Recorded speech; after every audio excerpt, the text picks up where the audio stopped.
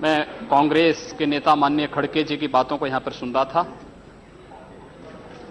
और मुझे आश्चर्य हुआ कि वो अपना लिखित स्टेटमेंट यहां पर पढ़ रहे थे तो कह रहे थे 113 घटनाएं घटित हुई, लेकिन जब वो मौखिक बोल रहे थे तो कह रहे थे 600 से अधिक घटनाएं घटित हुई। क्या सत्य है यह मुझे लगता पूरा देश जानता है। 26 मई को श्री नरेंद्र मोदी जी के नेतृत्व में भारतीय जनता पार्टी नेतृत्व की सरकार ने शपथ ग्रहण किया था और इस देश के अंदर इस सरकार के आने के बाद आम जनता में विश्वास बहाली हुई और देखा जा सकता है शासन में, प्रशासन में। ये आंकड़े जो माननीय खड़गे जी यहां पर कह रहे थे मैं उसके पीछे लेके चलता हूं और मुझे लगता है कि अगर ये आंकड़े वास्तव में स्वीकार करेंगे और सचमुच इस देश की सांप्रदायिक हिंसा से लोग चिंतित हैं तो सांप्रदायिक आधार पर इन्होंने जो घोषणाएं की हैं पूरे देश से इनको माफी मांगनी पड़ेगी। महोदय 2011 में न जिन प्रदेशों की घटनाओं की मैं जिक्र कर रहा हूं न वहां पर और न केंद्र में ही भारतीय जनता पार्टी की सरकार थी, लेकिन इस देश में 580 घटनाएं घटित हुई, 91 लोग मारे गए और 1899 घायल हुए। इनमें सबसे अधिक उत्तर प्रदेश के अंदर 84 घटनाएं घटित हुई, 12 लोग मारे गए और 347 2011 में घायल हुए थे।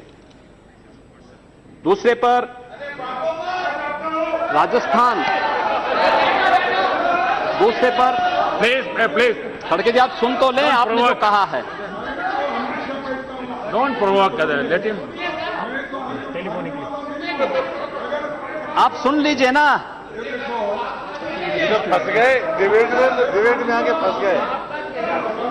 महोदय दूसरे नंबर पर महाराष्ट्र है जिसमें 88 घटनाएं घटित हुई। इसमें कांग्रेस नेतृत्व की सरकार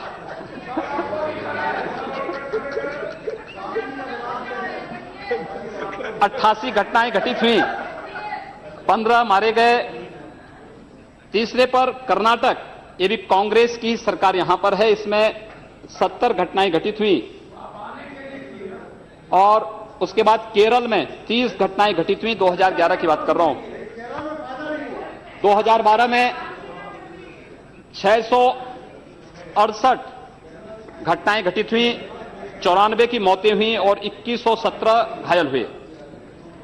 2013 में केंद्र में कांग्रेस नेतृत्व की ही सरकार थी और 823 से अधिक सांप्रदायिक हिंसा की घटनाएं पूरे देश के अंदर घटित हुई। यद्यपि कानून व्यवस्था राज्य का विषय है और राज्य सरकार की जैसी मंशा होती है, वहां का राजनीतिक नेतृत्व जैसे होता है, वहां का प्रशासन उसी प्रकार की कार्रवाई करता है। मुझे लगता है ईमानदारी से इन लोगों ने विश्लेषण किया होता और अपनी केंद्र सरकार और अपने या अपने से जुड़े हुए अपने सहयोगी दलों के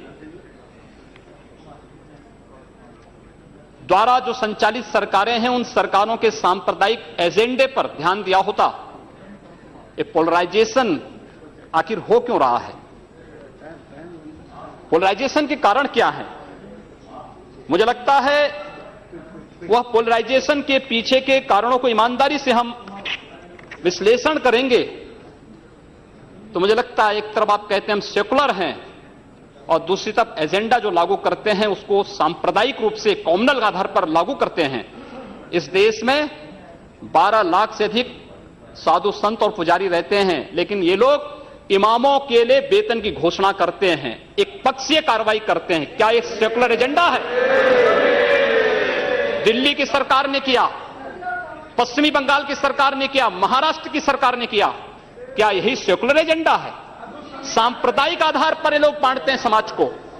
और महोदय उसी प्रकार से इन लोगों ने उत्तर प्रदेश की बात करता हूं। वहां पर जो योजनाएं हैं उसमें 20% मुस्लिम आबादी के लिए आरक्षित कर दिया गया। कब्रिस्तान की बाउंड्री वाल के नाम पर गांव-गांव में विवाद खड़ा करके 300 करोड़ रुपया उसके लिए आवंटित किया जाता है। गांव-गांव में उसके माध्यम से विवाद खड़ा किया जाता है।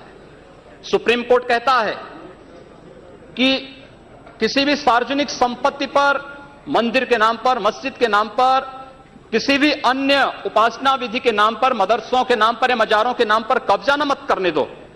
लेकिन उत्तर प्रदेश में कब्रिस्तान की बाउंड्री वाल के नाम पर धड़ल्ले से एक काम चल रहा है, कोई रोक टोक नहीं, क्योंकि शासन की ये मंशा है, इसलिए प्रशासन उसमें बोलता नहीं। क्या सांप्रदायिक ध्रुवीकरण नहीं होगा? उसी प्रकार से उससे भी खतरनाक स्थिति, आतंकवादियों पर दायर मुकदमे वापस लिए जाते हैं। आतंकवादियों पर दायर मुकदमे वापस लिए जाते हैं। इस देश में जो लोग राष्ट्रीय सुरक्षा के लिए खतरा बने हुए हैं, जिन लोगों ने राष्ट्र की संप्रभुता को चुनौती दी है, जो लोग लगातार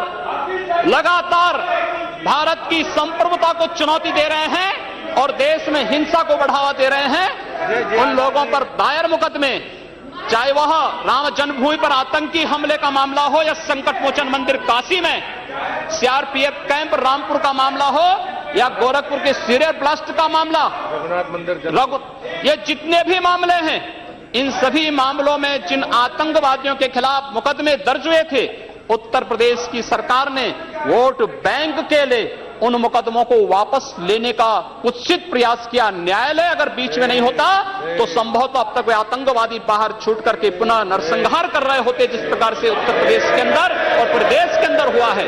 और उसके बाद भी ये कहते हैं कि सांप्रदायिक हिंसा बनी रहे। महोदय, चर्चा का विषय होना चाहिए कि आखिर सांप्रदायिक कौन है? कौन है सांप्रदायिक? कौन सांप्रदायिक है? और मुझे लगता है इस पर चर्चा होना बहुत आवश्यक है। महोदय, जो हम लोगों ने जाना है, जो हम लोगों ने समझा है, इस सांप्रदायिक वह होता है जो कहता है कि मेरा इष्ट या मेरा देव या मेरा पैगंबर ही सर्वश्रेष्ठ है। उसके मानने वालों को तो जीवित रहने का अधिकार है, शेष को नहीं। मुझे लगता है वह सांप्रदायिक है। हिंदू जीवन दर्शन कभी इस बात की इजाजत नहीं देता। हमने किण्वंतो विश्वारंभ का संदेश दिया था, हमने सर्वे भुंतु सुखिना का संदेश दिया था, हमने तो इस देश के अंदर एकम सद विप्रा बहुधा वदंती की बात कही है।